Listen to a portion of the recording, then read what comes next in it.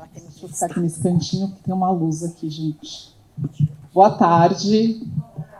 Estou muito feliz de estar aqui. Eu acho que conheci Maiara na segunda edição, 2011. Eu trabalhava numa marca de moda plus size no interior de São Paulo. E foi uma experiência muito, muito bacana.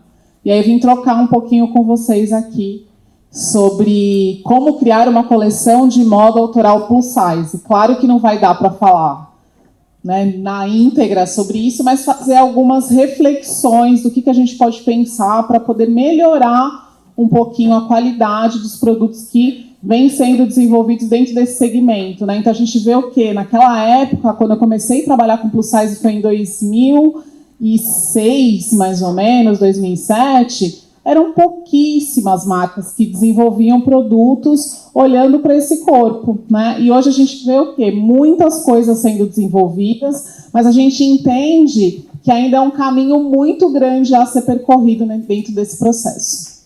Pode passar. Então, só para contextualizar, hoje eu tenho uma empresa que se chama Dume, a gente faz um processo de apoio a empreendedores, né, pequenos empreendedores, quando querem criar suas marcas, entendendo que criar uma marca de moda autoral é somente um dos pontos para que a gente possa ter um negócio sustentável, né?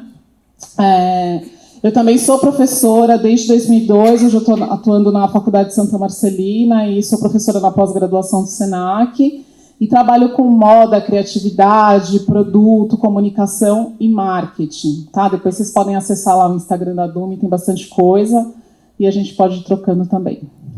Vamos lá? Pode passar.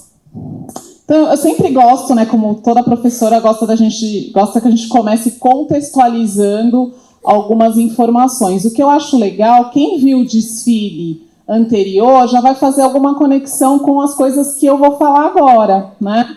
Então vai ser bem bacana. E quem não viu vai ver o próximo bloco de desfile vai conseguir fazer essa conexão também de tudo que eu estou falando aqui.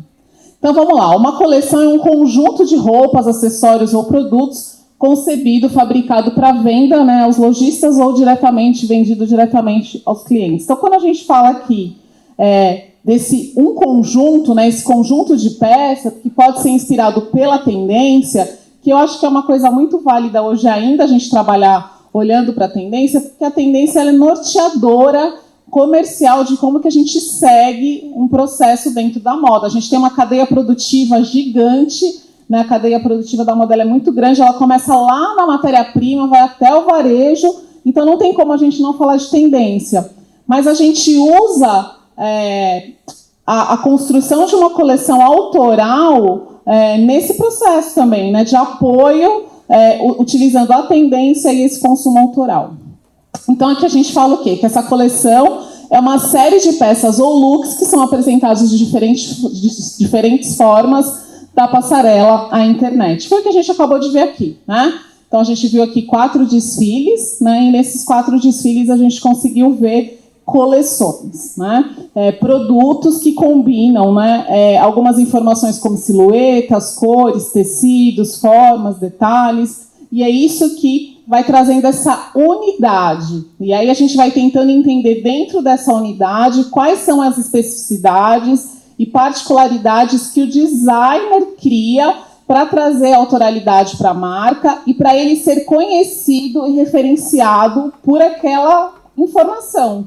Então, às vezes, pode ser uma cor que eu desenvolvi. A gente tem grandes estilistas internacionais, por exemplo, que, sei lá, ele usa a sola do sapato vermelha e isso a gente acaba conhecendo esse designer por essa informação. Pode passar. E aqui é uma coisa muito importante, né? Mesmo vindo do processo... trabalhando primeiramente com um processo mais criativo, o que a gente entende? Que toda a coleção, né, por mais que a gente tenha aqui um movimento de ter feito um desfile, a gente sempre pensa que essas peças elas precisam ser comercializadas, né? No final das contas, é o que eu falo para os meus alunos, a gente precisa pagar os boletos, né? Então, a gente, às vezes, dentro de um desfile, a gente vai ver algumas peças que são mais conceituais, mas que a gente precisa entender quais são os elementos que são mais autorais e que a gente pode trazer eles de uma forma mais comercial para a nossa coleção. Então tá ali, ó, qualquer coleção de sucesso ou financeiramente viável requer uma enorme quantidade de pesquisa, investigação e planejamento, né?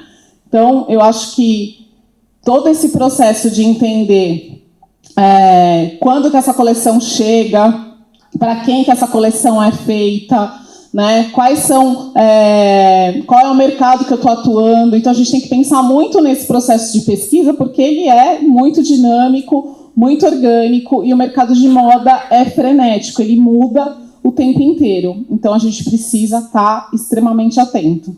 Então, eu falo sempre que a gente não descansa. Está fazendo verão, pesquisando inverno. Fazendo inverno, pesquisando verão, produzindo. Então, é sempre muito frenético. Pode passar. Então, fui trazendo algumas fotos de referência, né, para a gente poder pensar. E eu acho que aqui eu gosto também de começar com essa palavra que é o autoral. O que significa, né, o autoral, para a gente poder pensar, né, como que eu crio uma coleção de moda plus size? O que é diferente de uma coleção de moda que não é plus size, né? Então, assim, são algumas especificidades que eu nem acredito que é olhar para esse segmento, e sim porque a gente, para um olhar mais apurado como designer de moda que a gente precisa ter, né?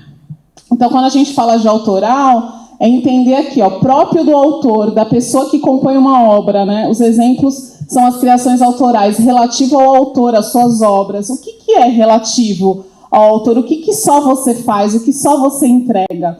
Então, acho que quando a gente olhou para os desfiles agora, a gente conseguiu perceber que mesmo dentro de um segmento, que é o plus size, a gente conseguiu ver produtos muito diferentes, né? Com estéticas muito diferentes, para públicos diferentes, e é isso que vai trazendo o autoral, né?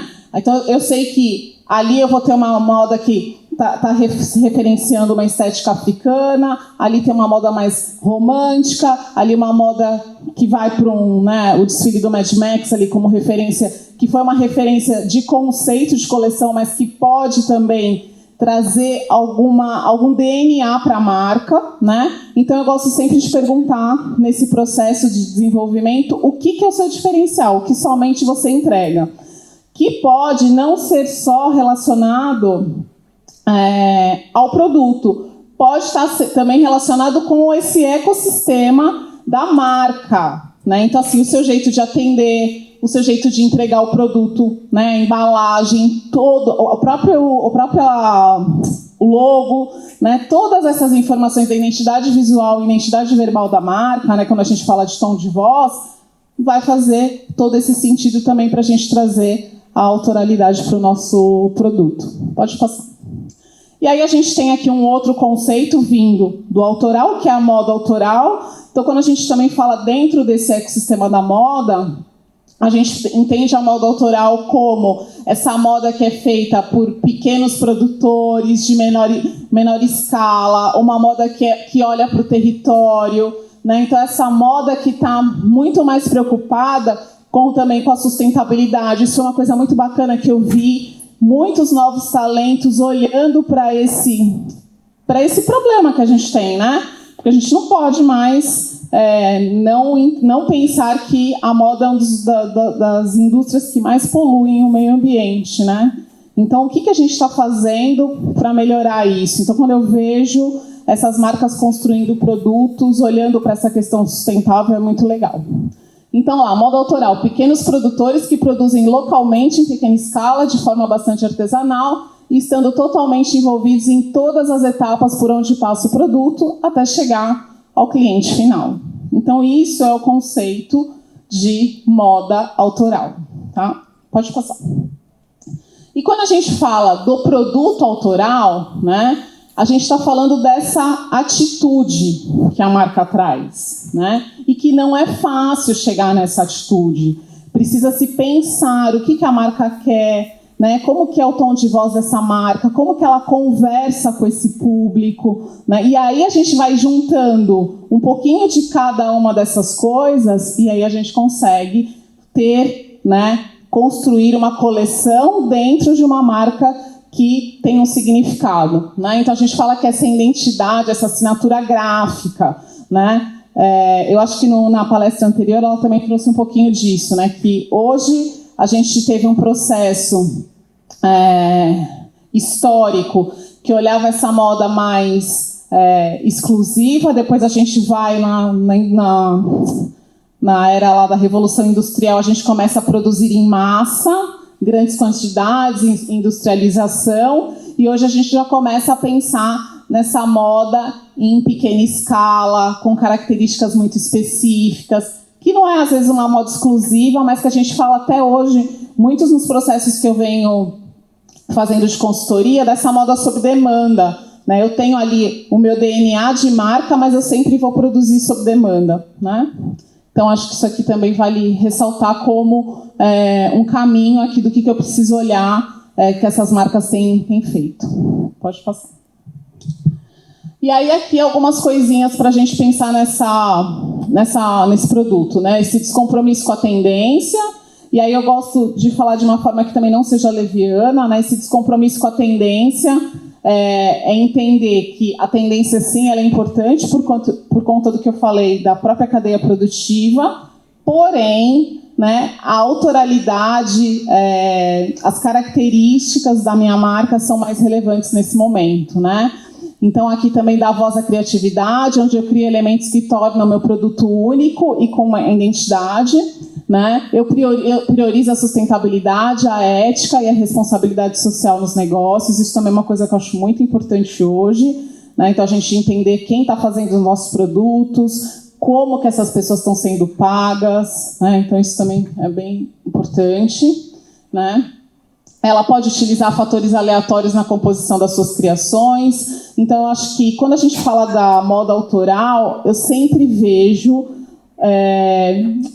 as histórias pessoais dentro desse processo de construção, né? E eu acho muito bacana, porque são nesses processos pessoais que a gente vai gerando conexão com o nosso público, né? Então, tem muitas coisas que as pessoas falam, mas eu não quero contar que eu comecei a fazer moda por causa da minha avó, porque minha mãe tinha uma máquina. Eu falo, tá, mas é isso que vai fazer a conexão. É o jeito que a gente conta a história, é o jeito de construir a narrativa que vai fazer a diferença. Porque produto você vai achar em qualquer lugar. Se comprar uma camiseta, em qualquer esquina você vai achar uma camiseta. Mas uma camiseta que se conecte com você não vai ser em qualquer lugar. Então, assim, quais são esses aspectos, né? Até coloquei ali. Como o seu atributo ou benefício de marca reflete no seu produto, né? Então, é para pensar um pouquinho por aí. Preza a autenticidade e o incomum, tem o poder de se diferenciar e inovar, incentiva a economia local, preza a qualidade em detrimento da quantidade, né? Então, assim, isso é uma coisa que a gente tem que olhar com muito carinho. E quando a gente fala que não é só a qualidade no produto, no acabamento, a embalagem, o atendimento, né? Outro dia eu indiquei uma pessoa para um trabalho e essa pessoa ligou para essa pessoa que eu indiquei e ela demorou 15 dias para responder a mensagem. E aí depois ela falou assim, Dani, mas eu estou vendendo pouco esse mês. Mas você não responde as mensagens que as pessoas te procuram e você não, né? Então, assim, tem tudo a ver com esse processo que ele é integrado, né? Eu falo que é um processo 360 graus.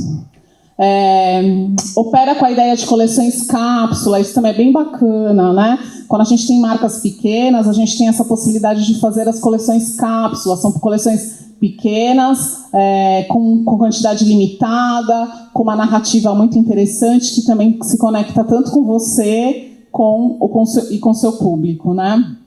Se preocupar também com toda a cadeia de produção, né? E buscar também transmitir o conceito através da coleção. Eu acho que foi um pouquinho do que a gente viu e um pouquinho do que a gente vai ver daqui a pouco, né? Então, acho que quando eu trago esses highlights aqui para a gente poder ver e pensar e refletir, é legal porque a gente vai conseguir olhar esses próximos desfiles com um outro olhar.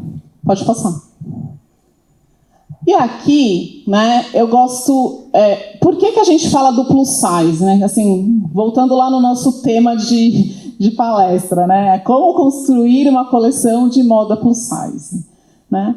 É a partir desse olhar e de observação dessa modelagem desse corpo, porque assim, as pessoas não têm proporções similares, né? E essa é a grande sacada, de entender esse corpo, de observar esse corpo, porque eu posso ter duas pessoas que usam tamanho 50, uma tem 1,80 m e outra tem 1,5 m.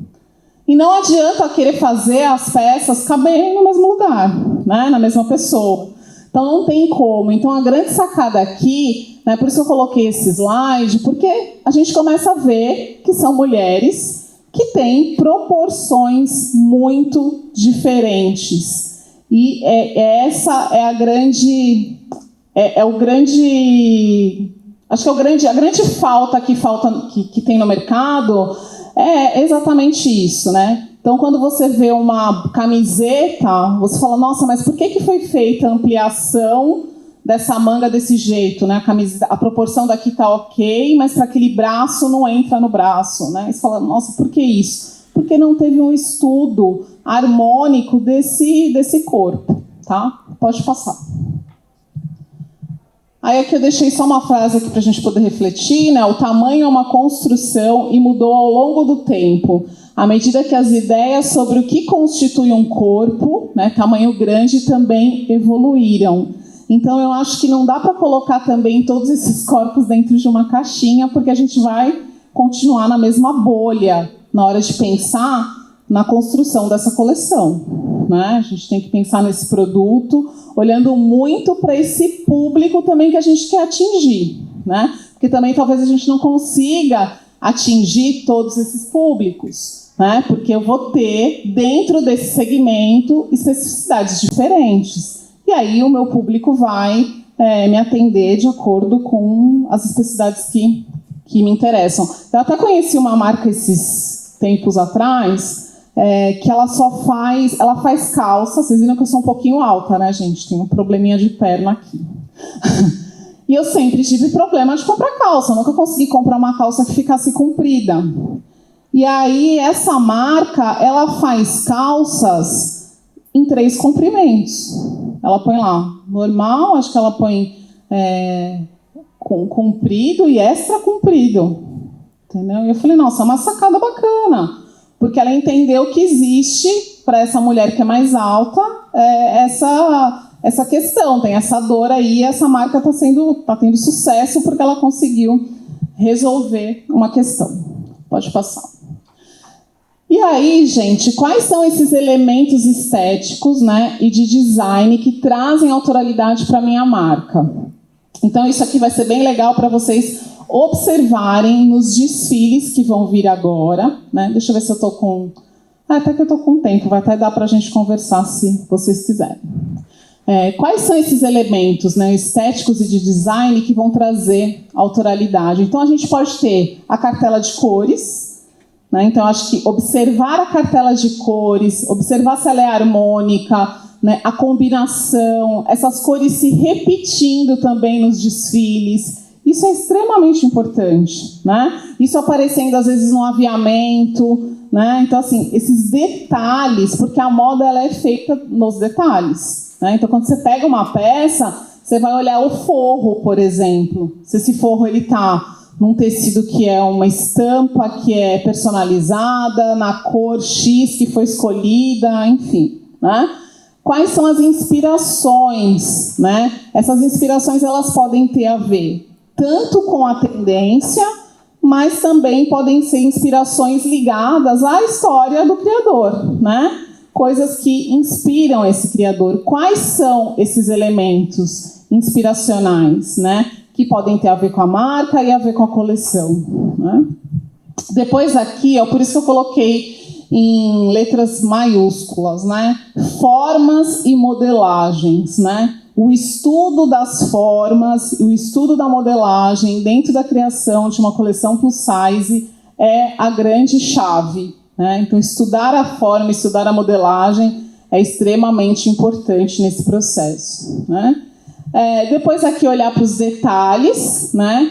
Quais são os detalhes que eu estou trazendo para a minha coleção que vão trazer uma identidade para a minha marca? Pode ser uma estampa, pode ser um recorte, pode ser uma simetria, pode ser qualquer coisa que eu olhe para aquela peça e fale, nossa, isso é daquele designer, né? As matérias-primas, né? Hoje a gente viu aqui muito essa história da mistura das matérias-primas, do uso dos resíduos têxteis, que eu achei muito interessante. Mas quais são as matérias-primas que você utiliza dentro da sua coleção? Tá? Que podem ir criando uma identidade também para a marca. Eu uso muito denim, eu uso resíduo de denim, eu uso tecido plano. Eu vi coleções só de alfaiataria, mistura de tecidos, tecidos mais fluidos, tecidos mais pesados. Quais são as matérias-primas que eu trabalho dentro da minha coleção, né? Porque às vezes a gente não consegue trabalhar com todo tipo de tecido, porque os tecidos têm especificidades técnicas na máquina, e às vezes a gente não vai conseguir, né? A não ser que você vá terceirizar alguns dos seus processos, e aí tudo bem, você conseguiria fazer as coisas de forma separada, né? E a estamparia também é um fator muito importante que ajuda a gente a criar essa identidade. Ela pode ser uma estampa corrida, pode ser uma estampa localizada, pode ser um bordado que eu não coloquei aqui, né? Mas quais são esses elementos que a gente consegue observar que podem ser, né, estéticos e de design que podem trazer autoralidade para a sua marca? Então a gente tem que refletir sobre isso. Se eu estou fazendo isso, né? E se eu estou fazendo isso de uma forma estratégica, porque às vezes eu estou fazendo, mas está muito ali aleatoriamente, né? Mas quando você pensa na construção da coleção de forma estratégica, então aquele botão está lá porque ele tem uma função. Eu prego esse botão desse jeito por causa disso. Essa peça tem um vivo contrastante, é por conta disso. Quer dizer, essa peça, ela conversa com o consumidor. Eu sempre penso nisso. Toda vez que eu pego um produto de moda, na loja, eu quero que ele converse comigo, né? Então, a etiqueta, a tag, o aviamento, tudo que está lá é pensado com muito carinho e muito cuidado. E aqui eu coloquei algumas referências desses últimos, foi o último desfile, né? Teve vários, a última semana de moda internacional, eu vi bastante coisa interessante, e aí eu peguei algumas imagens para a gente poder pensar, né? Então aqui nessa primeira imagem a gente tem uma gola mais alta, a gente tem um comprimento midi, né? A gente tem um detalhe, uma peça muito mais, se a gente fosse pensar meio gótico, mais escura, até meio romântica, né? Aqui a gente já está indo para um resort, você tem um comprimento mais curto, você tem um ombro de fora, né? Ali você tem uma peça muito mais contemporânea ali também você tem uma coisa mais resort, mas assim, vocês estão vendo que não dá para falar que eu trabalho com moda plus size. Não é tudo igual. Aqui são 4 mulheres com atitudes totalmente diferentes e que não necessariamente uma vai comprar a peça da outra, entendeu? Porque às vezes o que a gente vê muito hoje dentro, por exemplo, de um magazine? Quando você entra no magazine, você vai lá, você encontra roupas para várias ocasiões de uso. Isso é muito legal, mas para uma marca pequena, às vezes é difícil você conseguir chegar, né, nesse nível, porque você tem um mix de produto muito amplo. Ou seja, você tem que ter uma roupa para festa, uma roupa para o trabalho. Não é tão simples, né? A gente tem várias marcas que têm isso, mas isso é um processo caro, porque a gente sabe que para desenvolver uma coleção, o que é mais caro é o processo de desenvolvimento do produto, modelagem, ampliação, definição de estampa, tudo isso tem um custo muito alto, né? Então a gente tem que ser criativo aí no processo. Acho que tem mais um slide aqui, ó. Aí um pouquinho de denim, né? Um pouco de malha, essa malha também com uma estampa, né? E um outro tipo de estampa, né? Um ombré que não traz uma informação tão marcada, né? E ali você tem uma estampa corrida, né? Numa peça com volume também. As duas peças da ponta, elas têm volumes, mas são volumes também totalmente diferentes, né? Então dá para a gente pensar aqui em diversos pontos para a gente poder construir a nossa autoralidade, o que é diferencial para a gente. O que mais? Vamos ver. E aqui, né, eu faço essa pergunta, né, até se alguém quiser interagir aqui, a gente vai ter um pouquinho de tempo, então acho que a gente consegue trocar. Né? Como que você trabalha a autoralidade da sua marca? Tem alguém aqui que tem marca, gente? Não? Deixa eu ver aqui. Não estou enxergando direito. Não tem ninguém com marca. Então, ok. Então, é isso, né? Como que você trabalha esses aspectos estéticos e de design para a sua marca? E aí, se vocês não trabalham, vocês estão só observando, né, as marcas que estão participando do evento, tentem observar isso agora nos desfiles, né? Quais são as características que se repetem nos looks, né? Isso também é uma coisa bem interessante, né? Das formas, nas cores, nos detalhes que a gente foi percebendo ali, né, na estamparia que se repetia. Pode passar. Né? E aí, quando eu falo também do universo da marca, né? Qual que é esse universo? O que a marca conta? Esse universo que é essa identidade visual e essa identidade verbal, que faz essa conexão. E quando eu falo dessa identidade verbal, que é como a marca fala, como que a marca se comunica, isso vai fazer totalmente diferença nesse processo de conexão. Não sei se também se vocês foram visitar lá as marcas que estão expondo, né? Quando você vê um cartão, quando te dá um adesivo, tudo isso são pontos de contato da marca com o consumidor-alvo. Né? Então, não é só o produto em si, ele é um 360, né? O adesivo que vem, a etiqueta, a tag, a embalagem, o saquinho, tudo, tá? Então, qual é o universo da sua marca? Então, no processo de construir essa marca autoral, eu tenho que pensar nisso, tá? E aí, eu gosto muito desse autor, que é o Guilherme Sebastiani, que ele fala isso. É preciso falar de marca além do óbvio, né? Porque quando a gente está nesse universo de pensar marca, né? Porque as pessoas hoje elas não compram o produto, elas compram uma história, elas compram uma conexão, né? Então, por isso que a gente não pode... a gente tem que se aprofundar nesse processo de conhecimento desse consumidor para poder entender como que a gente conversa com ele de forma mais efetiva. Pode passar. Né? E aqui, gente, estou indo meio que para os finalmente e vou depois já abrir para perguntas, quem tiver também. Viu, Má? Estamos um pouquinho adiantado no tempo, mas acho que é bom. Né? Posicionamento, né? Isso aqui é bacana. Você sabe o que o seu produto significa para esse consumidor? Que acho que é bem esse exemplo que eu dei da calça com tamanho extra comprido, né? O que é essa moda plus size? O que eu quero que essa mulher sinta? Como que eu quero que essa mulher ou que esse homem se sinta ao vestir o que eu estou criando? Eu sei disso? Ou você está fazendo isso a partir de uma dor pessoal? Porque, geralmente, as marcas de moda, elas nascem a partir de uma dor pessoal, a maioria, tá? A gente tem uma falta de um produto no mercado, ou uma pessoa que convive com a gente, não tem um produto, e você vai querer ajudar a resolver essa solução, né? Às vezes é uma mãe para uma filha, né? Enfim. E aí, eu sei o que o meu produto significa para esse consumidor. Eu faço pesquisa, eu acordo hoje e falo assim, eu vou criar uma coleção de moda. Acontece na vida real, viu, gente? Eu atendo muita gente que fala, vou criar. Eu falo, tá, mas você conversou com quem? Você fez pesquisa? Quantas pessoas você falou para você tirar essa conclusão? Porque a gente cria, tá? Quando a gente está falando dentro da indústria da moda, esse ano eu faço 22 anos trabalhando dentro da indústria, trabalhei com fast fashion, enfim.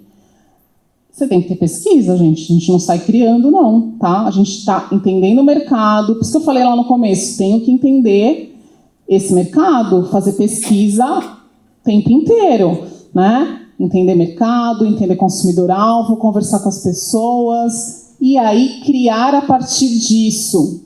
Por quê? A gente não tem grana para manter o desenvolvimento do produto de uma marca aleatoriamente. Então, você vai fazer, você não sabe se vai vender. Entendeu? E hoje, com essa questão das redes sociais, a gente consegue se antecipar muito em vários processos. Por quê? A gente consegue, no Instagram, por exemplo, fazer lá uma caixinha de pergunta. A gente consegue fazer uma venda antecipada, vender sob demanda. Você faz uma peça, tira foto, coloca no seu site, manda para sua lista de transmissão no WhatsApp, se você não tem site. Então, hoje você tem muitas ferramentas digitais que também te ajudam a validar os produtos que vocês vão trazer para a marca de vocês, né?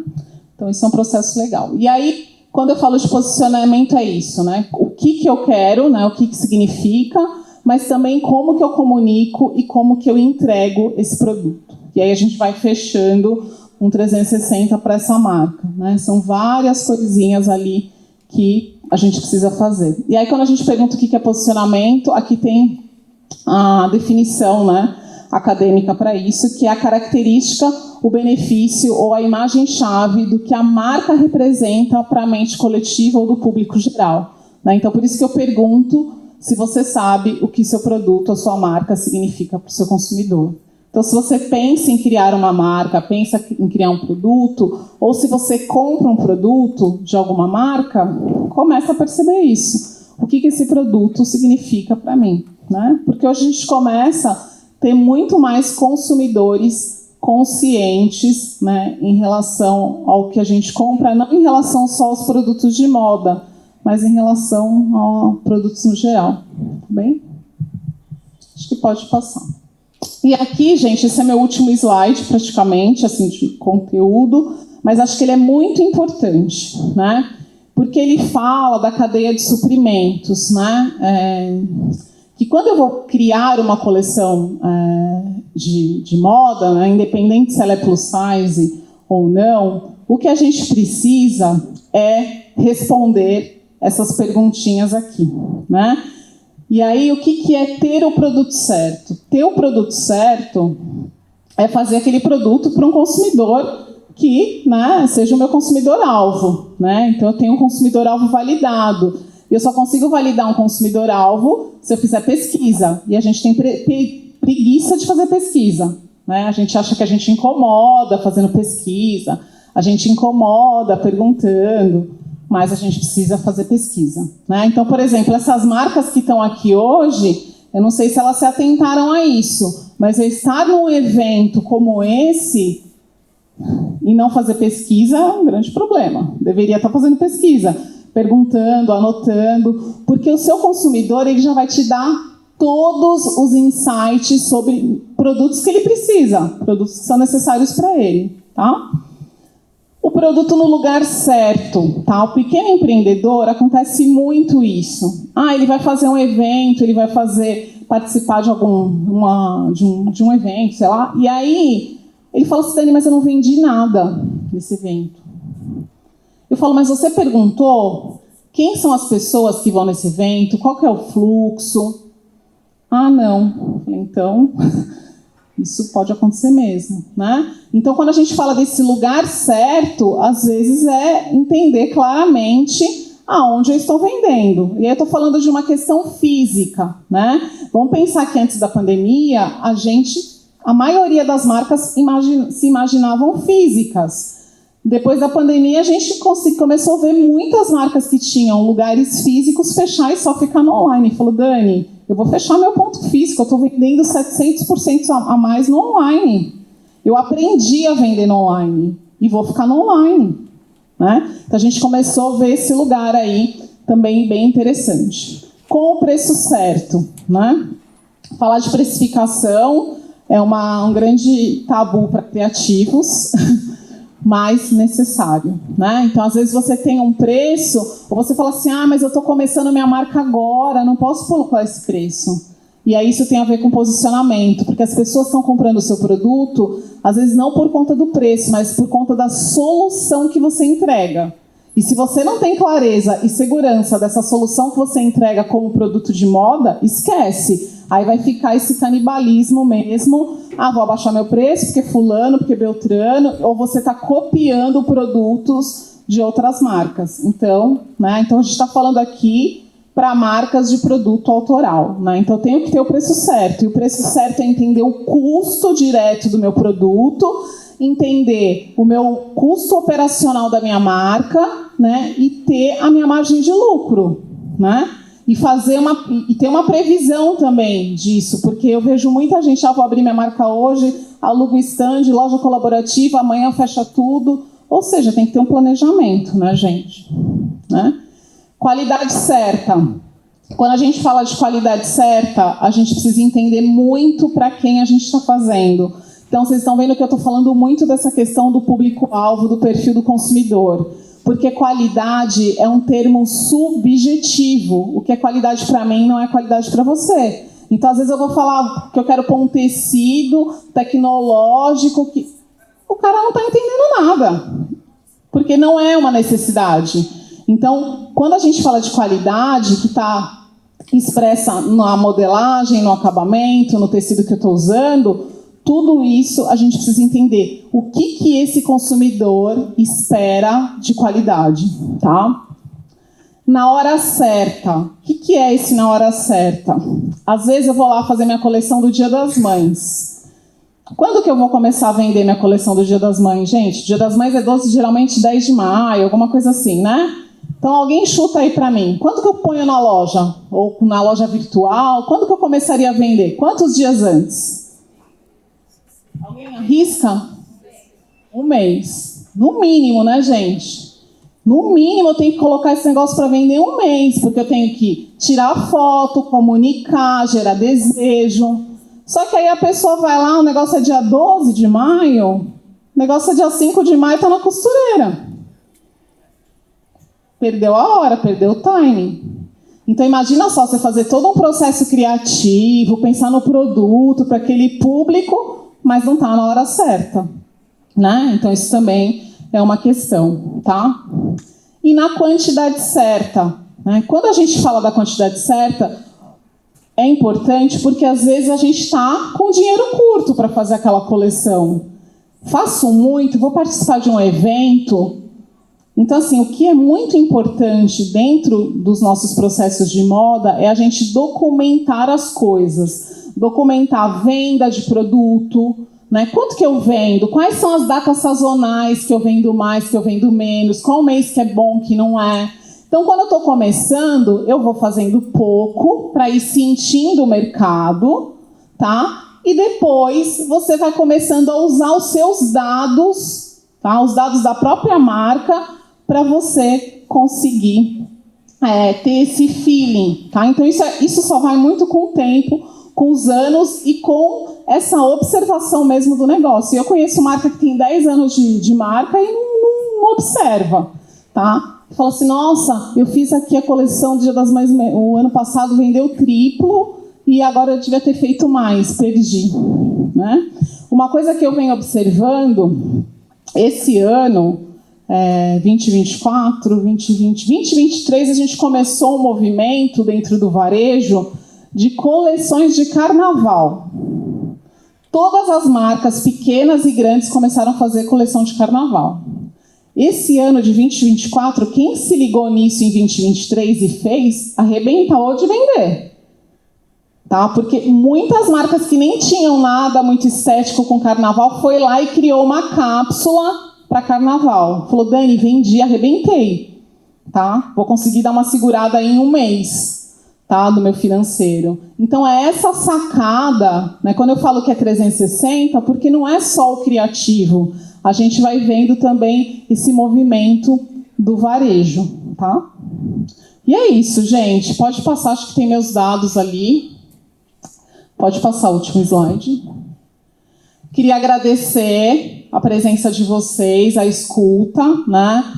Estou muito feliz de estar aqui, mais um ano acompanhando o trabalho aí da Renata, dando essa força, com essa questão também de olhar para esses novos talentos, né? Sou professora, então isso é uma coisa que me motiva a ver também a galera criando de forma diferente, olhando para outros públicos, olhando para a questão da sustentabilidade. Aqui estão os meus dados, quem quiser meu telefone, e-mail, site. E é isso. Obrigada e boa tarde para vocês e bom desfile.